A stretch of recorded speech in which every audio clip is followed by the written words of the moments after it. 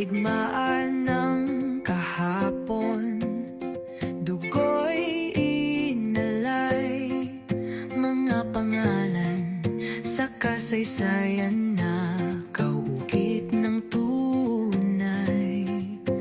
Ngunit may mga tinig na di narinig kailanman, mga bayani rin. National Heroes Day is time for us to remember the heroes who fought for freedom in order to give us justice.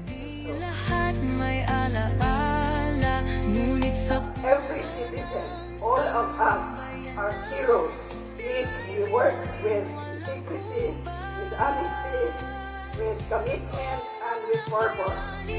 tapang yo'y di